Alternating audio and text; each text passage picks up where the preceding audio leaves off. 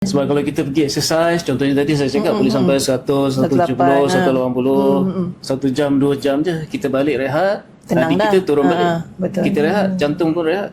So kalau imagine jantung kita 100, 130, 24 jam sehari. So lama-lama jantung tu boleh membawa kepada lemah jantung.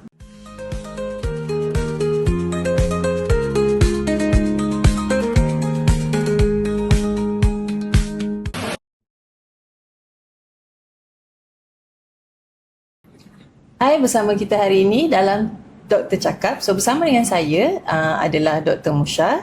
So saya Aisyah, dan hari ini doktor, kita ada bawakan seorang doktor daripada Cardiac Vascular Central Kuala Lumpur. So doktor yang kita maksudkan adalah Dr. Zulkifli Mohamad. Okay, so Dr. Zulkifli, selamat datang ke Doktor Cakap. Nama saya Dr. Zulkifli Mohamad. Sekarang ni bertugas di Cardiac Vascular Central, bahagian kardiologi dengan subspecialty electrophysiology. Maksudnya electrophysiology itu berkenaan dengan electrical jantung. Oh, electrical jantung Okey, saya dengar tajuk ni sebenarnya saya ambil masa nak sebut dia. Okey, saya sebut Okay, tajuk kita pada hari ni adalah atrial fibrillation. Betul tak saya cakap? Fibrillation. Okey. So boleh tak doktor terangkan sikit sebut sebenarnya? Lagi. Allahu Akbar. Supaya audience boleh dengar. Okey, atrial fibrillation. Kalau orang Indonesia dia senang dia sebut atrial fibrilasi. Atrial fibrillation. Oh, okey. Okey doktor, boleh tak doktor terangkan sikit apa dia atrial fibrillation ni?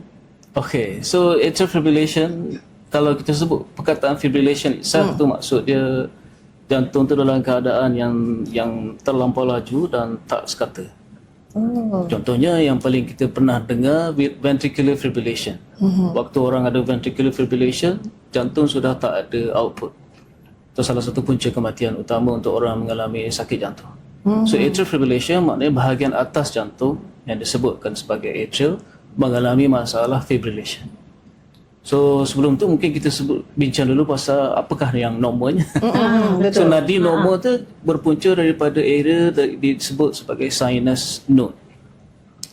So sinus node ini kalau kita lihat, saintis lah tengok bila dipotong semua tu tak ada apa pun, cuma ada cell membrane dengan ion channel.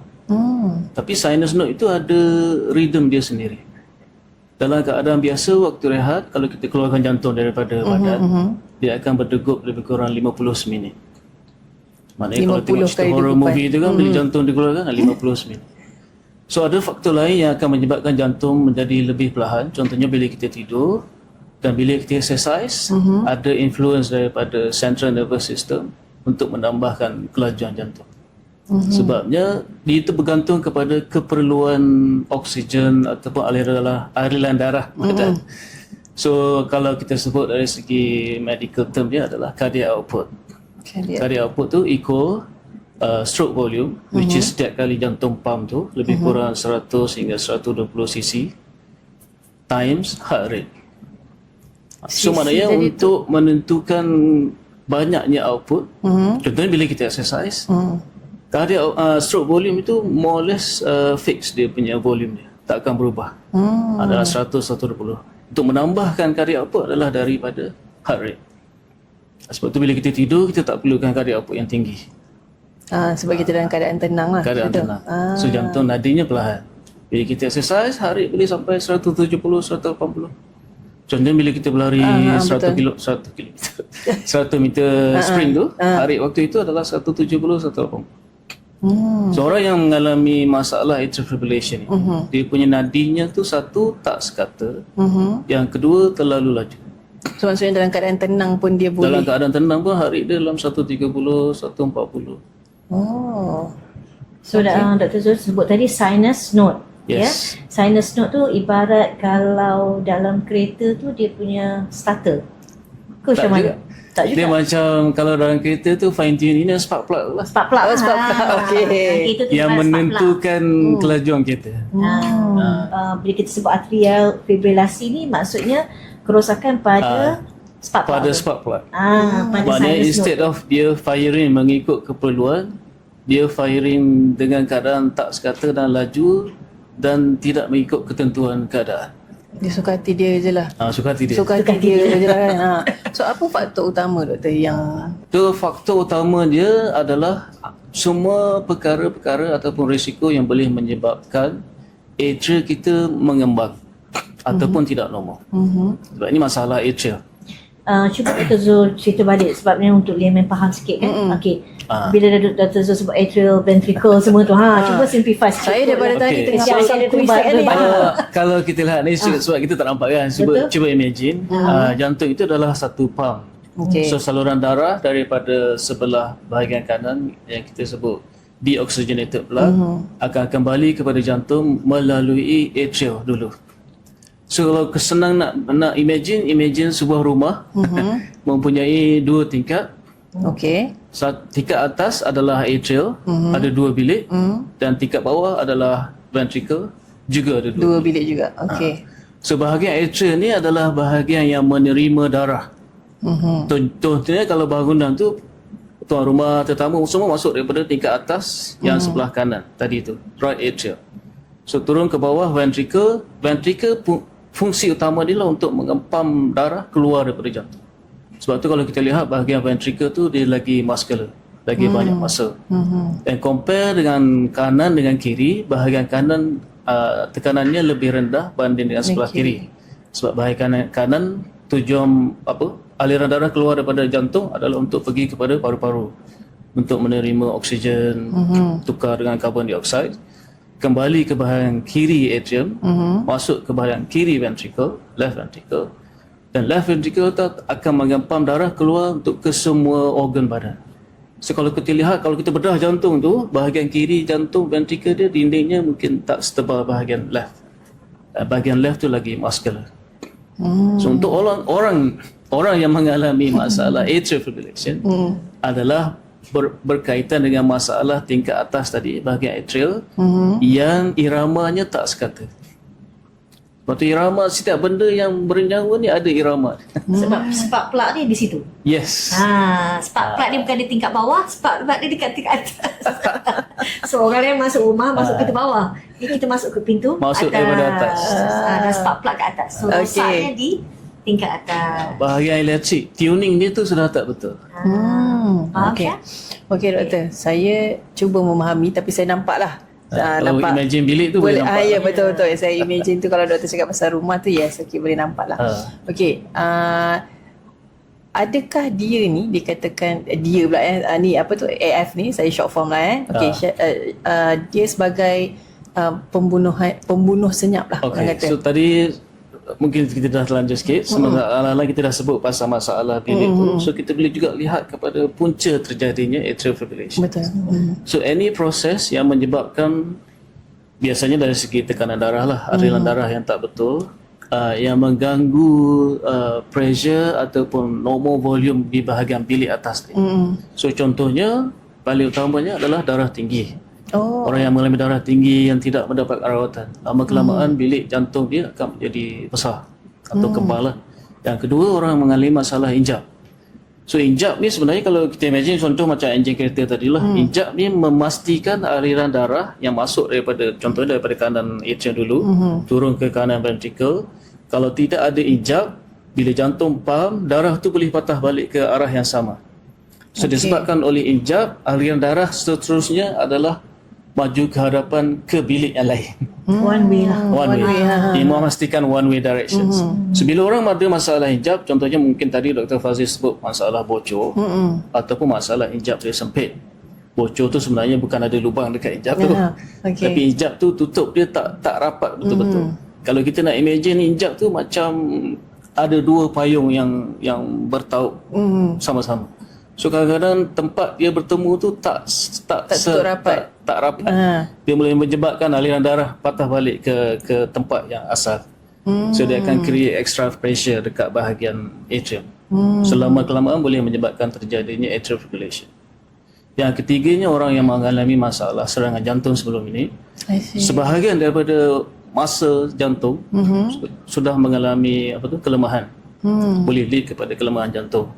Lama kelamaan boleh menyebabkan pembekakan ataupun pembesaran atrium dan membawa kepada atrial fibrillation. Yang seterusnya masalah thyroid overactive, terlebih aktif thyroid, orang yang terlalu banyak minum alkohol. Ada juga orang yang mengalami masalah paru-paru, contohnya dari segi gangguan pernafasan di waktu tidur atau kita sebut sebagai sleep apnea. Pada dia orang tidur tu biasanya orang yang kita sebut tadi nadinya 40 30. So bila tidur dia berdengkur, dalam satu masa tu dia berhenti nafas. Sebab tu perkataan apnea Macam tu tersangkut tu kan. so kalau dia dengkur, waktu dia senyap, waktu tu sebenarnya dia tak nafas. Oh ya ke? Lepas tu dia akan sedar balik. So nadi dia waktu dia tidur up and down. Blood pressure pun sama. Lama kelamaan boleh menyebabkan terjadinya atrial fibrillation. Yang seterusnya lah, tadi dah banyak kan. Faktor umur juga adalah satu faktor yang boleh menyebabkan orang mendapat atrial fibrillation. Semakin meningkat Kalau usia lah. kita lihat dari segi incidence dia, waktu umur 30-40 less than 0.5%. Bila sudah mencapai umur 70-80, boleh risiko dia ataupun insiden dia boleh bertambah sehingga 3 atau 4%. 3 yang tak patut. Ya. Semakin berumur, semakin ada Makin risiko lah. kebarangkalian untuk Kebarangkalian. mendapat atrial fibrillation. Macam mana nak kaitkan atrial fibrillation dengan sakit jantung? Sama tak sebenarnya? Ya. Yang orang faham Saya sama dengar sakit bunyi jantung. sakit jantung Ya, ni semua. itu sebenarnya masalah. Itu sebenarnya bagus untuk ada podcast seperti ini. Tujuan kita bagi kesedaran kepada masyarakat umum. Bila sebut masalah jantung, orang akan fikir, kalau tanyalah, cik kena buat bypass ke, kena pasang stent ke, itu yang biasa kita dengar. Selalu dengar macam tu lah tu. Tapi sebenarnya bahagian elektrik ni adalah satu fungsi utama jantung. Disebabkan kalau kita tengok movie yang masuk ICU, bila kalau kita lihat monitor yang beep beep tu kan, bila dah mati tu dia terus Straight beep. aja, Maknanya elektrik tak ada, jantung tak boleh nak pump. Tapi Allah buat sistem jantung kita ni dia ada backup dia tersendiri. Contohnya tadi kita sebut sinus rhythm yang trigger. Kalau sinus tu fail, dia ada bahagian bawah lagi yang boleh ambil take over fungsi untuk spark plug. Untuk Ada dua spark plug. Untuk hidupkan. So ada banyak lagi. Dia ada layer dia. Tapi semakin ke bawah dia punya tangga dia ataupun hierarchy dia, semakin kurang keupayaan dia. Biasanya yang saya sebut tadi, sinus node waktu rehat dalam 50. Dia akan turun ke bawah. Kalau AV node yang take over dalam 40. Turun ke bawah lagi, dia akan sebut Purkinje fiber dalam 30 lebih kurang macam tu. So sebelum jantung tu sebenarnya berhenti flatline tu, banyak benda yang kena fail. Maknanya Barulah dia kebolehupayaan jadi dia lah. flatline. Kebolehupayaan untuk hasilkan denyutan tu. Banyak sel-sel lain yang boleh take over. Yang membantu. Backup system lah maksudnya. Backup sistem lah. Okey. So tadi kembali kepada soalan tanya, apakah atrial fibrillation itu menyebabkan adalah satu punca kematian betul. pembunuhan senyap. Lain. Silent killer. Silent killer. Pasal lain dia Salah lain satu tak? sebabnya kebanyakan orang bila mengalami atrial fibrillation, dia tak perasan bahawa nadinya sudah elektriknya sudah jadi atrial fibrillation. Sebabkan contohnya biasanya orang yang tak terlalu ataupun tak aktif sangat. Kalau orang yang selalu bersukan, contohnya berlari, maraton, naik basikal, keupayaan dia waktu terjadinya atrial fibrillation akan menurun performance dia. Untuk orang yang stagnan, dormant, tak buat aktiviti, kurang beraktiviti dia tak ada rasa sangat. Last yang dia rasa bila dia kena stroke. So punca utama untuk orang yang ada atrial fibrillation yang menyebabkan kematian adalah stroke. Kenapa? Sebab bila aliran darah di dalam jantung itu tak smooth atau tak sekata, bahagian atas jantung dia macam ni, dia tak ada degupan yang normal. Dia biasanya satu atas satu bawah. Sekarang bila jadi atrial fibrillation, atas jantung macam ni. So waktu itu aliran darah tak smooth dan tak sama macam sinus rhythm, menyebabkan risiko pembentukan darah beku. So saluran darah yang utama keluar daripada kiri jantung. Salah satu cabang yang pertama keluar adalah pergi kepada kepala. So kalau darah beku terbentuk daripada jantung, first organ yang boleh affect by blood clot is brain. So sebab tu 90% of stroke is berpunca daripada blood clot. kalau kita tak buat rawatan untuk orang yang mengalami atrial fibrillation, keadaan jantung dia punya firing tu, dia punya tuning tu selalu laju. Sesama macam kita exercise tak berhenti. Sebab kalau kita pergi exercise, contohnya tadi saya cakap boleh sampai 100, 170, 180, 1 jam, 2 jam je. Kita balik rehat, Tenang nadi dah. kita turun balik. Betul. Kita rehat, jantung pun rehat. So kalau imagine jantung kita 100, 130, 24 jam sehari. So lama-lama jantung tu boleh membawa kepada lemah jantung. Ataupun disebut tachycardia induced cardiomyopathy. Dia laju dan tak sekata. Laju dan tak sekata.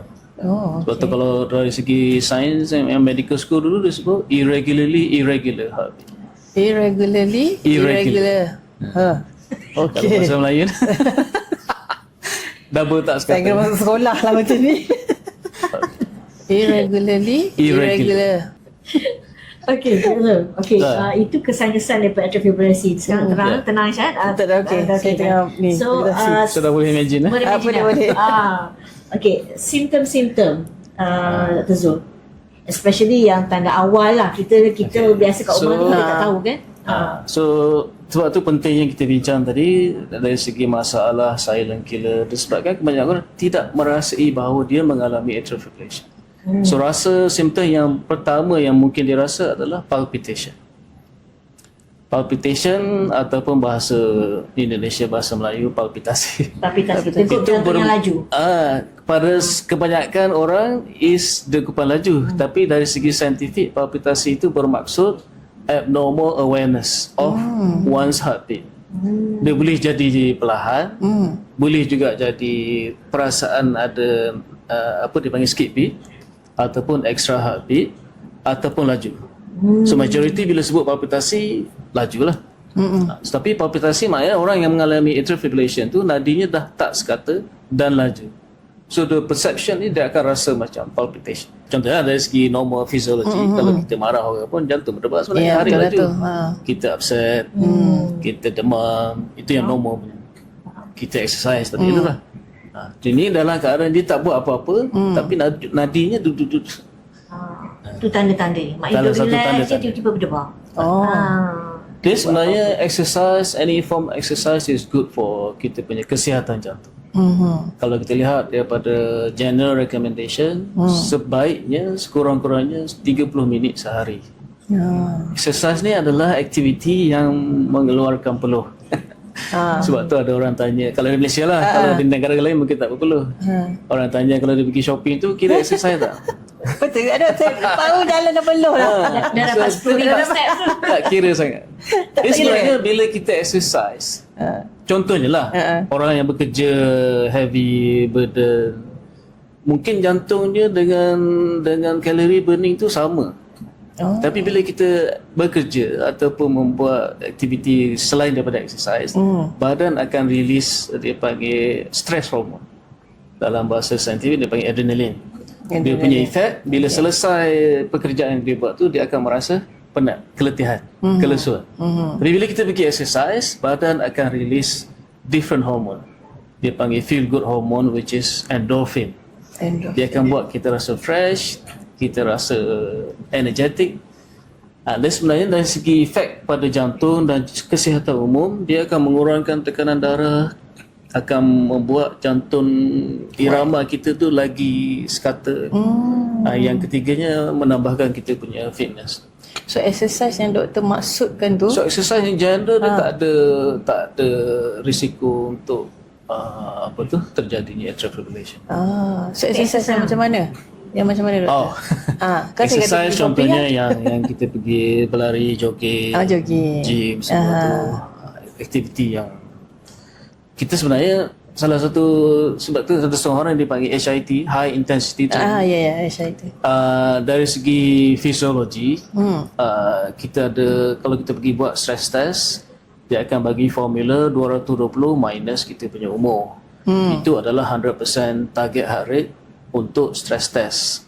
Tapi sekarang ni orang menggunakan target heart rate itu sebagai limit untuk dia buat exercise. Sebenarnya untuk bila kita ber-exercise, dia tak ada limit. Hari kita boleh naik sampai 150 semua, tak ada masalah. Cumanya nanti badan kita sendiri bila dah sampai tahap threshold maksimal dia, kita akan rasa pancit. Oh. Kita sendiri kalau daripada berlari tu heart rate dah laju, kita akan jalan kaki. So maksudnya Waktu itu kalau kita tengok heart rate mungkin sudah 170 dah lebih lah. semua tu lah. Adakah dia berbahaya untuk kita? Tidak. sebab apa saya tanya doktor, okay, saya marathoner. Saya memang berlari lah. So apa yang kami orang-orang berlari ni, dia selalu bagi tahu, okay, dia kata heart rate kena macam ni. Lebih pada tu tak bagus. Okay. So itu yang kami tahulah. Jadi maksudnya bila doktor cakap macam ni, meaning to say, katalah dia reach sampai 18 sekalipun, it's a normal, sebab nanti kita akan berhenti juga. Dia kalau kita tengok professional marathon runner, bila dia masuk dia panggil steady speed tu kan, dia akan ada certain heart rate. Yang Biasanya dalam macam tu. 140, 150. Betul. Dia boleh maintain heart rate. Itu dia punya peak Steady. performance.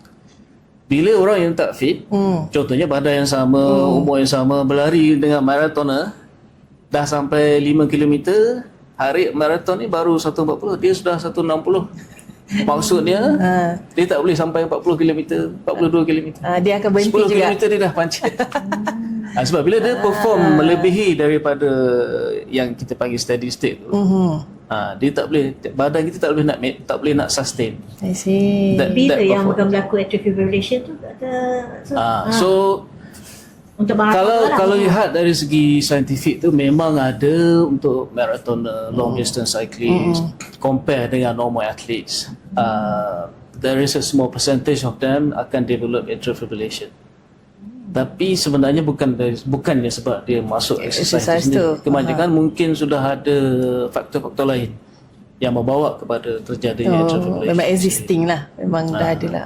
Okay. So patutkah mereka periksa jantung dulu sebelum they go into all those activities? Kalau ikutkan untuk especially kalau high endurance performance tu memang patut buat pemeriksaan Kena buat jantung. lah. Kena check. Bukan sekadar untuk check dari segi atrial fibrillation, dia juga untuk check fitness. Sebab tu kalau coach kita, contohnya footballer kan, sebelum game dia akan check fitness level. Kalau tak fit, macam mana kita nak Tak boleh main lah. bila kita tak fit, itu yang membawa kepada risiko kecederaan, risiko masalah cramp apa semua. Kita tak ada training. Sebab tu kalau contohnya tadi Aisyah, marathoner, salah satu fast nutrient yang digalakkan untuk diorang ambil adalah pisang. Ya betul. Memang betul doktor. Itu kejadian Allah tu canggih. Pisang tu sebenarnya dia ada yang paling utama ni potasium. Bila kita hilang peluh tu, dia bukan air saja. Right. Kita punya sodium, potasium semua hilang. So potasium tu salah satu electrolytes yang membantu untuk menstabilkan nadi jantung dan juga kita punya muscle punya performance. So you bawa pisang ke? Ya. Memang dia orang kena bawa. Memang kena buat pisang. Dia bila makan pisang dia cepat. Ya betul. Compare to yang lain. Replacement tu betul. All the essential nutrients. Okay. Okay doktor, kita move to next, which is, adakah stres, kurang tidur atau caffeine ni dia mencetuskan kepada AF tu? Dari segi point blank, no. Point blank, okay. Tapi sebab caffeine tu sebenarnya it's just a stimulus. Contohnya macam kalau rokoknya nikotin, kalau kopinya kafein, kalau yang lain contohnya alkohol, itu semua kadang-kadang semua orang minum kopi, ramai yang majority. And then in fact kalau kita lihat recently there's a group dekat Italy yang tengok, sebab orang Italy memang suka kopi. Setiap kali makan dia akan minum kopi. Kebetulan dulu saya pernah training dekat Italy. Dia tengok group of coffee drinker versus non-coffee drinker. Soalan yang ditanya adalah adakah peminum kopi ini akan mengalami masalah demensia?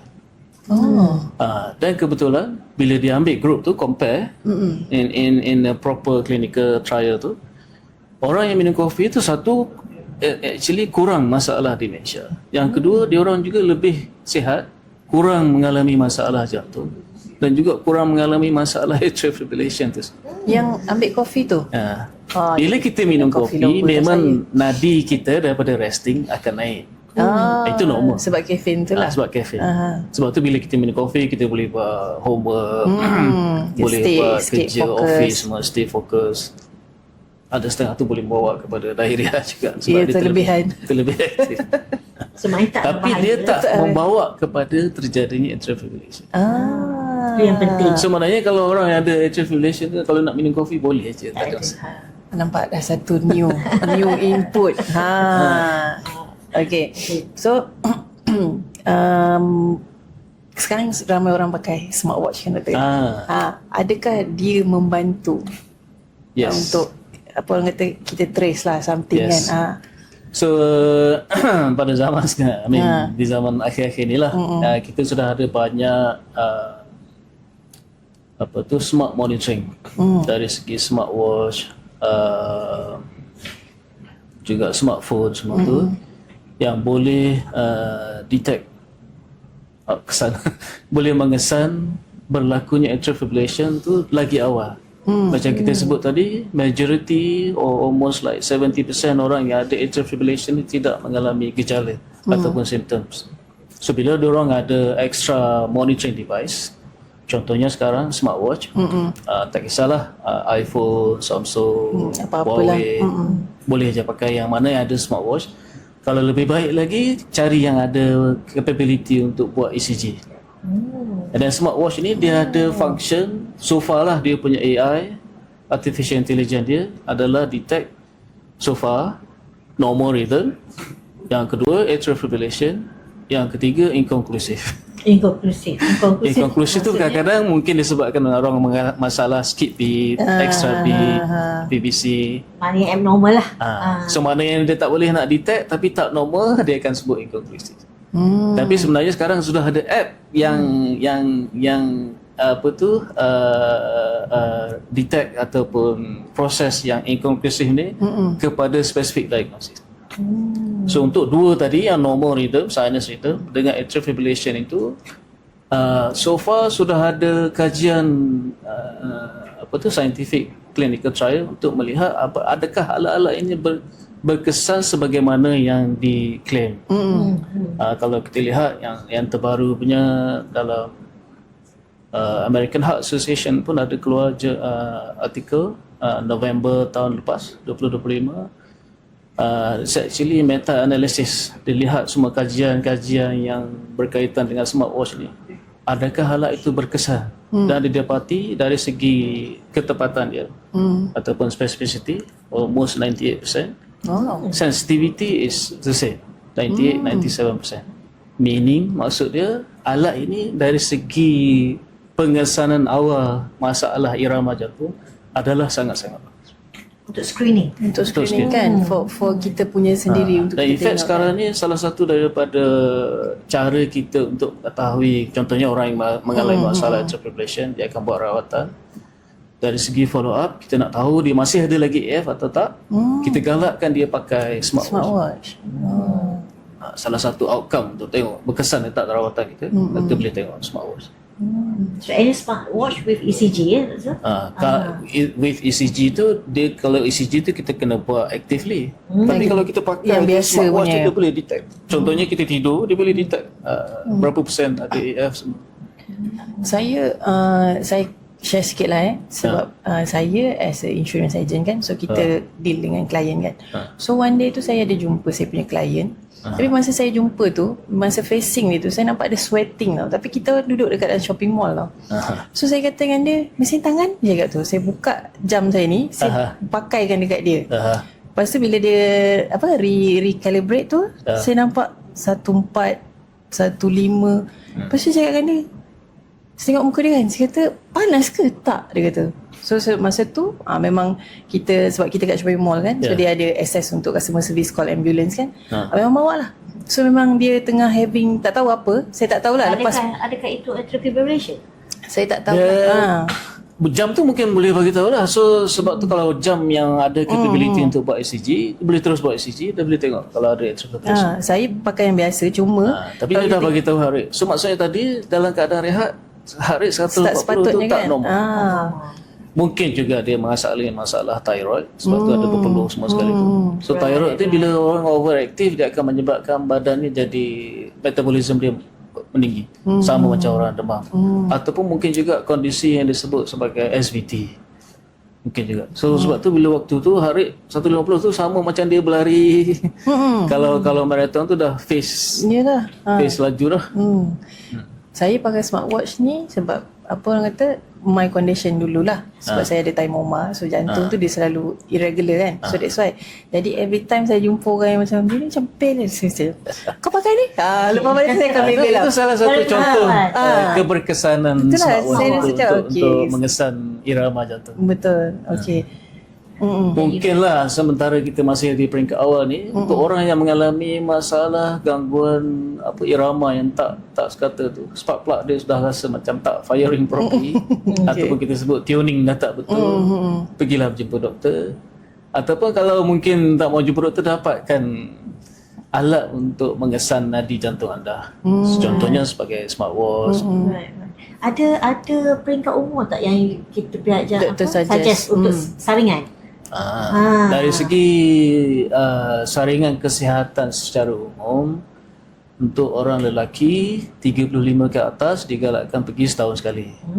Orang perempuan 40 ke atas. So kenapa orang perempuan ni, contohnya dari segi kesihatan jantung lah, risikonya kurang daripada orang lelaki. So di waktu umur yang kita sebut sebagai before menopause, diorang ada female hormone, progesterone, estrogen. Itu sebenarnya protektif untuk pembentukan, kalau dari segi penyumbatan jantung tu, pembentukan atherosclerosis. So in general, specifically juga, risiko untuk diorang kena serangan jantung tu kurang daripada orang lelaki. Itu dari segi jantung lah. Dari segi faktor lain pun mungkin mungkin orang perempuan dari segi dia orang bukan breadwinner kan. So dari segi pressure untuk tumbuh membangunkan keluarga tu terbeban kebanyakan kepada suami. So dari segi tekanan tu mungkin juga kurang.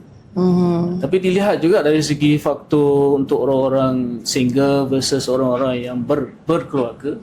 Orang-orang yang berkeluarga ni risiko kesihatan lagi rendah daripada orang-orang yang tak ada keluarga. Sekurang-kurangnya dapatkan haiwan untuk kita jagalah. Pet kita pet kan.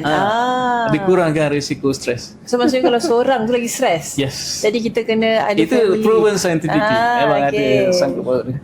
So macam sekarang kan doktor, based on doktor punya experience kan, ramai tak orang muda yang mendapat terima ini mungkin statistik secara menyeluruh, bukan sahaja dari segi masalah atrial fibrillation.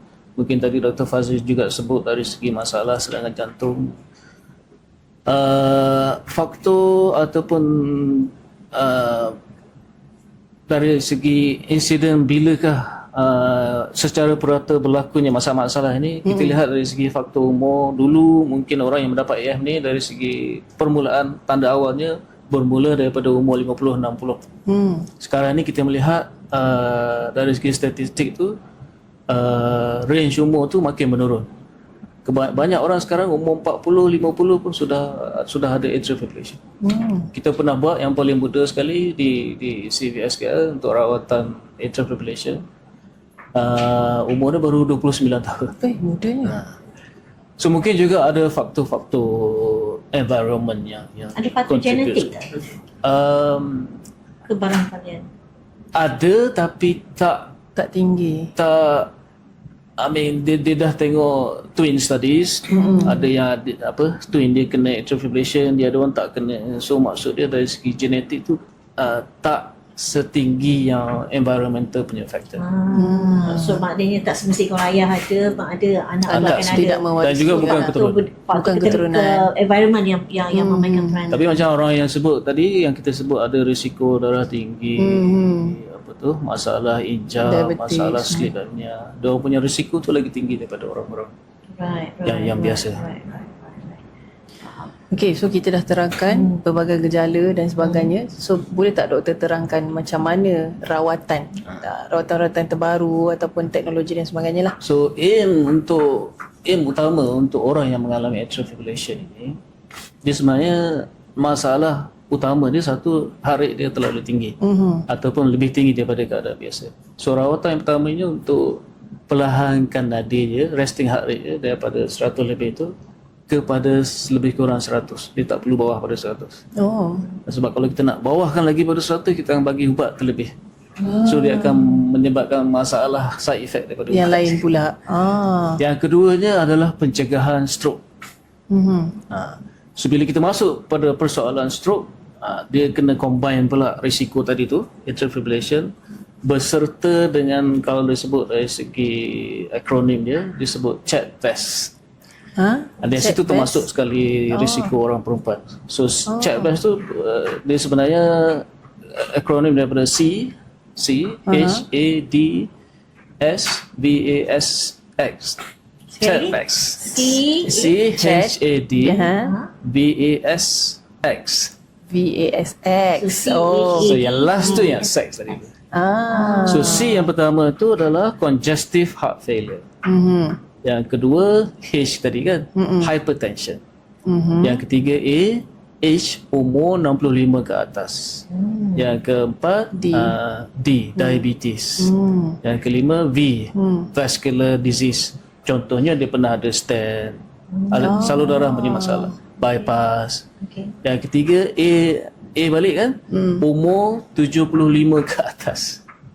Tadi 65. Apa tadi? Kalau second stage so ni. yang first tadi tu belum sampai pada A yang seterusnya, umur 65 dia akan setiap huruf tu dia akan bagi skor 1. 65 tadi 1. So A yang kedua ni 75 ke atas, skor dia terus 2. Lepas tu S kan. Check test. S, previous history of stroke. Dia akan automatically dapat skor 2. Lepas tu yang saya cakap SX tadi.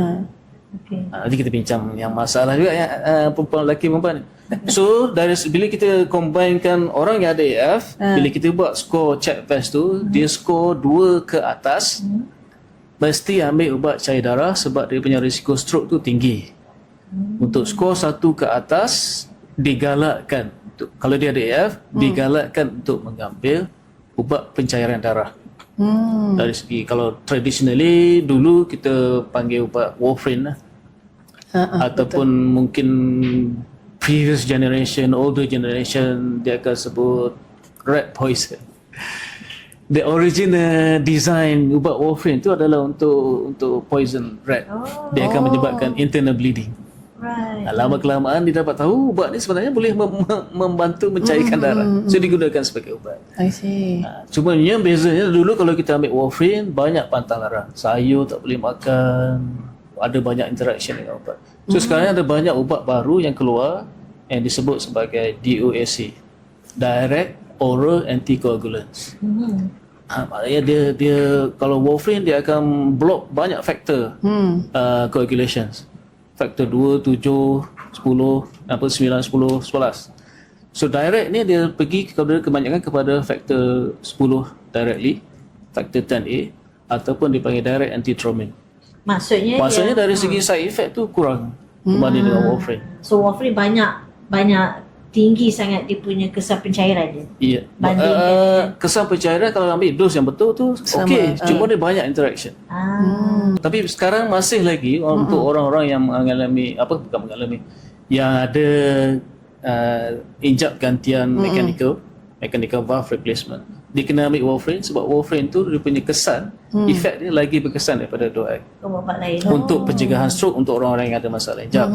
Tapi untuk orang yang mengalami masalah atrial fibrillation, bila dia ambil DOAC ini, efek dia sama macam warfarin without the risk of bleeding. So in term of safety itu lagi bagus. Betul. So yang kita sebut tadi yang keduanya pencegahan stroke.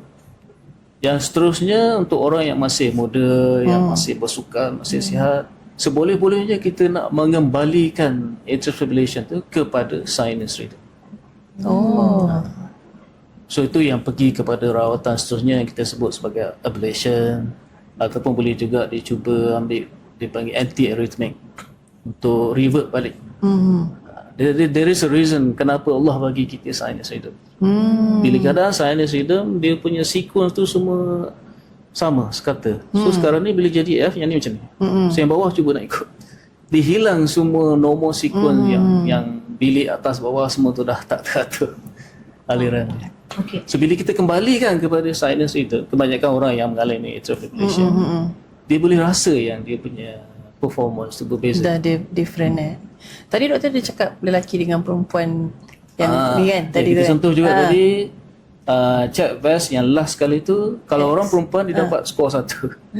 Sebab tu dari segi general punya rule, skor 1 tu digalakkan. Skor 2 ke atas baru kena ambil. Kena wajib. Sebabnya kalau orang perempuan, kalau ada kencing manis, ada AF, risiko dia lebih tinggi daripada orang lelaki. Dari segi persentasenya dalam 0.5 to 1% extra risk. Dan salah satu idea behind letak seks lelaki perempuan ni supaya orang tak overlook. Bila orang perempuan ada AF, dia punya risiko untuk pembentukan darah beku tu lebih tinggi daripada orang lelaki. Tapi kalau sekadar being perempuan umur less than 50, mungkin dah dapat skor 1, disebut kalau ada AF, digalakkan saja. Digalakkan saja. It's recommended. Dia pastian lah.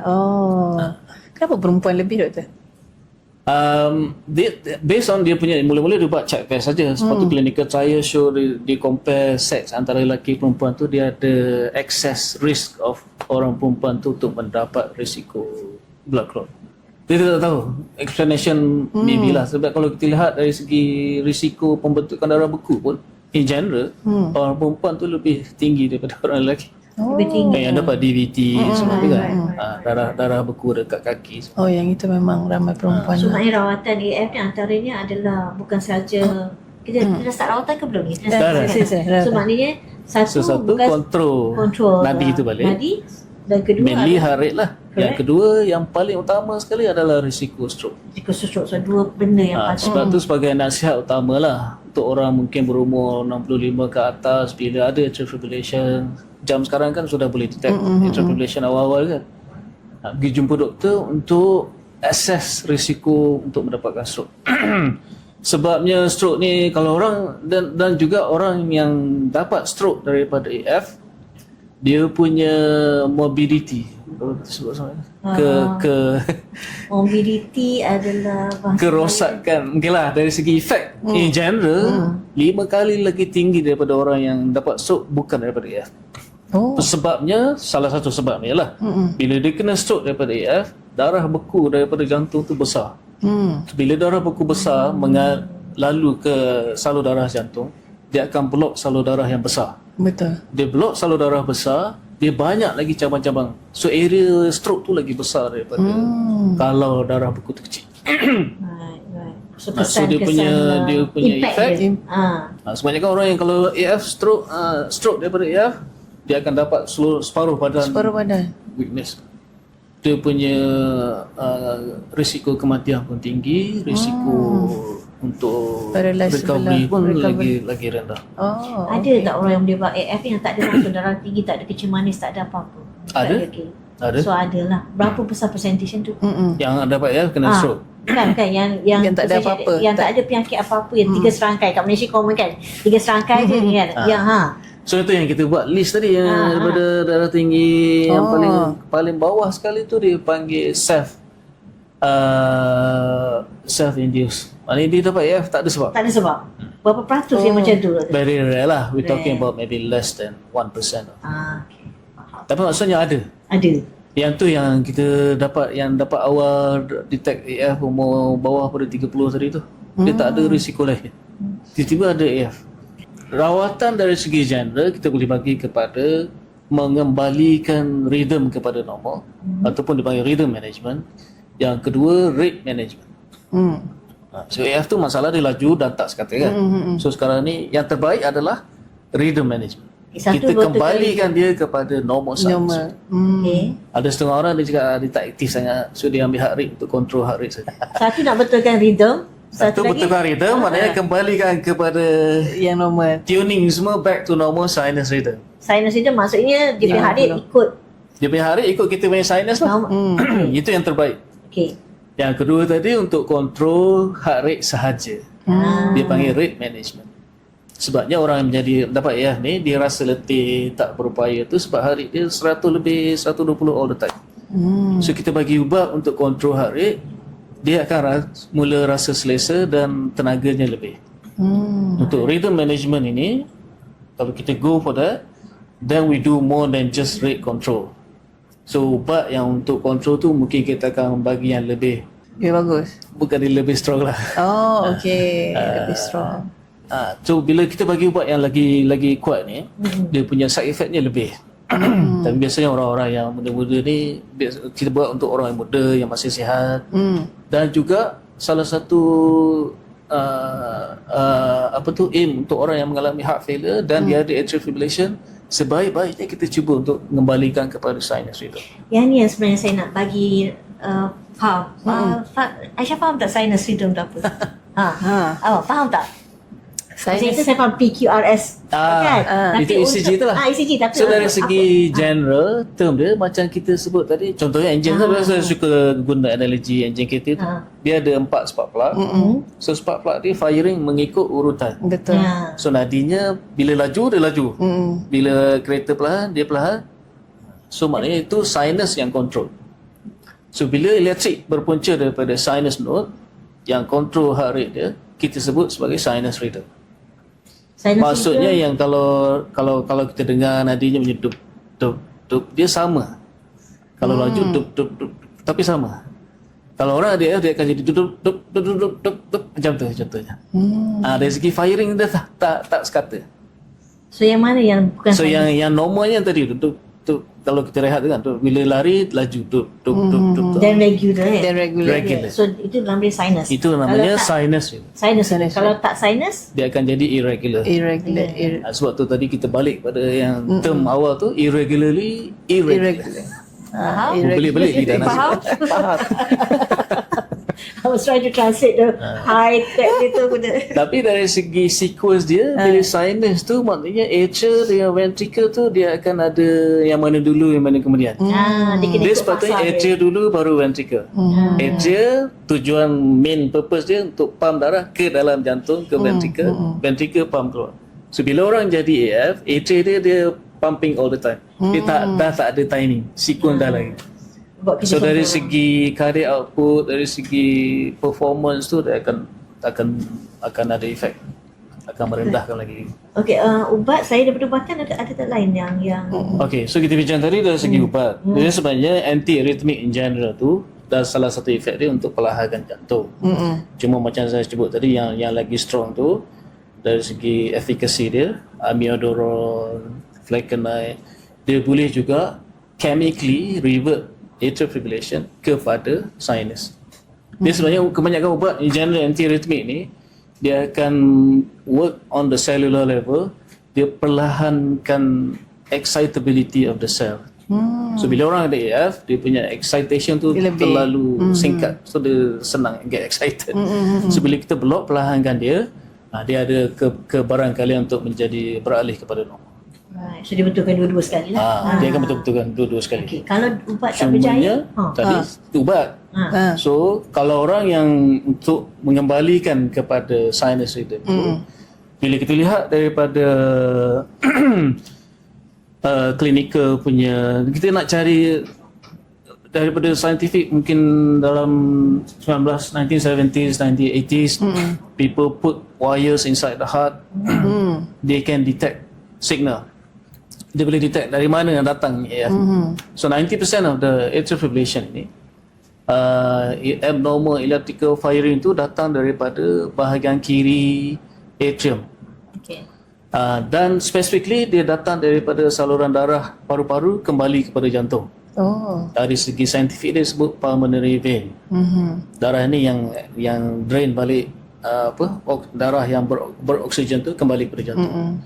So salah satu rawatan untuk mengembalikan kepada normal sinus rhythm is kita boleh block elektrik daripada pulmonary vein tu, daripada kacau jantung. Elektrik ni aliran dia melalui dinding jantung. Darah dia tengah-tengah. So bila kita block, katakanlah elektrik yang firing kat sini kan, ni urat jantung. So bila kita block aliran elektrik tu daripada mengalir ke jantung, dia akan stop atrial fibrillation. So salah satu term untuk ablation atau perawatan ablasi untuk atrial fibrillation is pulmonary vein isolation. So macam mana? Maksudnya kita isolate whatever activity daripada pulmonary vein tu daripada kacau jantung. Kita boleh block dia lah. Kita boleh block. Block dari segi elektrik bukan kita block dari segi Yang tu aliran darah. operation ke apa? Itu involve a small procedure sama macam kita buat angiogram. Kita boleh masukkan satu wire kecil melalui salur darah. Dan untuk gain access untuk jantung ni, saluran darah kita ni certain area tu dia keluar kepada permukaan. Contohnya dekat tangan, punya tangan radio, ni. kita boleh rasa lagi. Dekat peha. Betul. Satu lagi dekat leher. So yang bila kita baring tu paling senang sekali daripada peha, pada pangkal peha, groin area. Kita masuk melalui salur darah vein dipanggil tu. Okay. Wire tu dia akan ikut salur aliran blood vessel akan pergi kepada jantung. Dan bila dah sampai jantung tu kita boleh menggunakan teknologi 3D mapping untuk map satu anatomy of the dinding jantung tu. Yang kedua kita boleh map electrical activity of that. Oh, okay. So we have a specific target area. Right. So ini yang latest punya teknologi So lah. yang kalau ablation tu pun sudah I think since 1990 dia dah start. Yang paling terbaru sekali adalah kita ablation tu sama kan, kita ablate, kita menggunakan the net effect is kita menggunakan thermal energy, heat lah, sama ada heat ataupun kalau sebelum ni kalau mungkin pernah dengar cryo ablation, kita menggunakan suhu yang minus, Extreme. cold temperature. Okay. So bila temperature drop to less than 50 degrees Celsius, minus 50, dia akan menyebabkan irreversible damage to the heart muscle. So maknanya the punya efek tu sama macam kita panaskan tadi tu, kan kita sebut. So teknik tu dipanggil RFA, radio frequency. Yang kedua cryo. Itu yang dululah. So yang terbaru sekarang ni kita menggunakan energi disebut pulse field ablation. PFA. Yang tu dia tidak menggunakan thermal, tidak menggunakan haba. Dia menggunakan konsep bila kita bagi high voltage current to the cell, dia akan menyebabkan sel tu menjadi dinding dia menjadi bocor. So bila bocor, dia punya environment tak balance. Sodium, potassium semua masuk dalam sel, dia akan menyebabkan sel tu mati. Tapi bukan mati disebabkan oleh haba.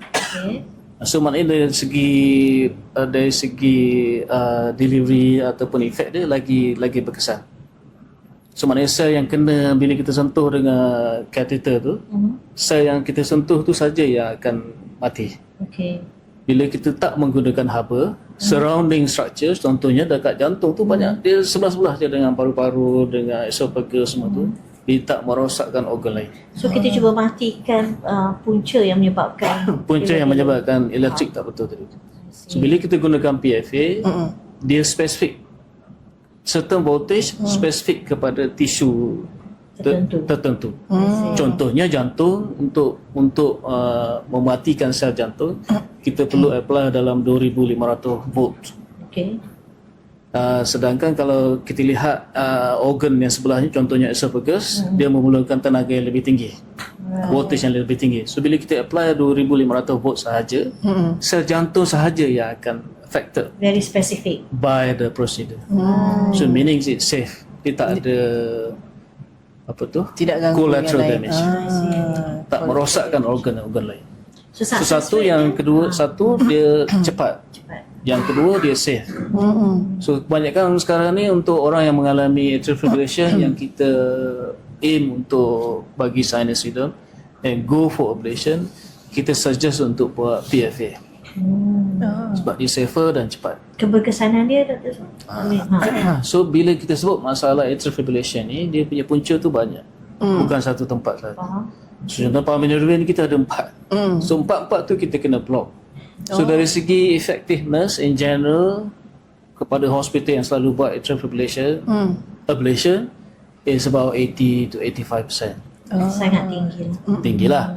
Berbanding pada keberkesanan makan ubat at best is 40 to 50% untuk mengembalikan kepada sinus. Sinus balik. Sinus Untuk rhythm tadi. control heart rate tu ubat biasa pun success rate is about 60 to 70 lah. Contohnya bila kita ambil beta blocker, calcium channel blocker, tu sudah memadai untuk memperlahankan jantung. Tapi untuk mengembalikan kepada sinus rhythm perlukan ubat yang lebih kuat. Kuat. So the PFA ni adalah High dalam potensi. teknologi terkini lah. Betul ya? PFA tu yang terbaru. So far di Malaysia ni mungkin dalam 2 tahun yang lepas dan hanya available di hospital yang ada kepakaran spesifik jantung, contohnya di IJN. Dan kita set up of CVSKL memang spesifik untuk jantung sahaja. I see. Dia sama set up macam Institut Jantung Negara. Kita tak ada specialize lain. Kalau ada pun mungkin kidney dan juga gastric dengan vasculatory. Tapi untuk orang yang mengalami masalah jantung, bila pergi kepada hospital yang specialize untuk jantung saja ni, dia punya access to treatment tu lagi senang. So maknanya apart from IJN ada juga di CBS ya. CBSKL dan a few other private hospital. Tak banyak lah kalau ikut. Di Serdang pun ada untuk public punya. Serdang hospital tu sendiri. Serdang. I see. PFA. Okay. Itu yang terbaru lah. Terbaru. Rawatan lain ada tak apa-apa kita tertinggal lagi yang doktor rasa penting perlu yang share? Yang kita sentuh tadi, sebab tu kalau contohnya saya bagi ceramah kepada general public ataupun GP, bila dia detect atrial fibrillation, first and foremost assess the risk of stroke. Itu yang paling penting sekali. Yang kedua is about quality of life lah. Pasal dari segi rate dengan rhythm tadi tu. So untuk orang, kita bincang dengan, so kalau patient masuk first case untuk atrial fibrillation, biasanya perbincangan tu mungkin lebih daripada setengah jam. Banyak Kita nak bagi dia betul-betul faham apa masalah dia, apa rawatan dia. Kadang-kadang bila datang klinik, jantung pun ada elektrik. Yelah, saya pun first time ni. Saya awareness kan. Sebab tu benda-benda macam ni bagus. Sebab sebenarnya elektrik tu lagi penting dia tak ada. Dari segi development ya, going back to stages dia. Permulaan jantung kita berdegup tu pada hari 21 hari. Pembentukan jantung. Masa tu organ-organ lain baru lagi untuk nak develop. Dia ada elektrik dulu, baru ada degupan jantung. Baru ada pengaliran darah. Baru ada. So dia kena spark plug dulu. Spark plug tu betul. Betul. So saya contoh lah. Kebanyakan orang sakit dada, umur 40 ke atas, ramai antara kita yang ambil Panadol pergi tidur. Kalau tu kita lihat statistik amat menakutkan lah. Punca utama dari kematian di Malaysia dan mungkin di seluruh dunia juga, the first leading cause of death is actually cardiac vascular disease. I see. Second is pneumonia lah. Dan yang ketiga seterusnya kanser tu mungkin nombor 4, nombor 5. Tapi kita lagi takut daripada kanser daripada serangan jantung. Dan 40% orang yang mengalami serangan jantung, 40% tak sempat sampai hospital. Ya, masa dia meninggal disebabkan kematian mengejut disebabkan oleh abnormal irama jantung. Nadinya waktu tu dah jadi, bila VT tu hari dia dah sampai 250 ke atas. Tinggi. Macam ni. Maknanya bila jantung tu laju sangat, jantung ni perlukan masa untuk darah masuk jantung balik. Baru dia pump. So kalau darah tak sempat masuk, blood pressure drop. Dan waktu dia orang mengalami masalah cardiac arrest tu, dia dah tak komplain sakit dada lagi dah. Dia akan rasa macam melayang, macam nak tidur. Sebab tu bahaya dia. Sebab darah tak sampai. Dan rawatan yang paling berkesan untuk cardiac arrest is bukan sekadar CPR, dia kena bagi electrical shock untuk reset balik. Bukan jump start. Bukan jump start. Dia memang kena reset balik. Sebab kalau buat CPR saja yang elektrik tu tak betul. Dia tak on. Dia kena. Sebab tu tempat-tempat public, tempat-tempat awam kena ada alat yang disebut AED. Yang kotak warna orange. Saya pernah punya chances untuk survival kalau kita buat rescue CPR tu better than kalau buat CPR saja without the AED. Yang sekarang ni kebanyakan kita lihat di airport lah kot yang besar-besar. Paling betul. KL Central. Sepatutnya dekat-dekat masjid semua kena ada. Kena ada AED. Supermarket. Tapi kebanyakan supermarket mall pun dah ada dah sekarang. Ya, sebab dia dah banyak happen suddenly. So kita dah di penghujung rancangan. Anyway, thank you so much Dr. Zulkifli. Tak terasa Banyak lagi nak cerita. Saya nampak macam enjin baru start je tengok kan. Semangat tu ya. Okay. Tak apa, insyaAllah kalau orang kata audience nak cari, boleh cari doktor dekat social media CVSKL sendiri. Okay. And then kalau katalah nak buat check ke, boleh datang ke Cardiac Vascular Central Kuala Lumpur dekat KL Central. Okay, so akhir sekali Kita nak ucapkan thank you so much Terima juga doktor kasih. untuk hari ini. Okay. So, akhir kata, anda tanya. Doktor cakap. Alright.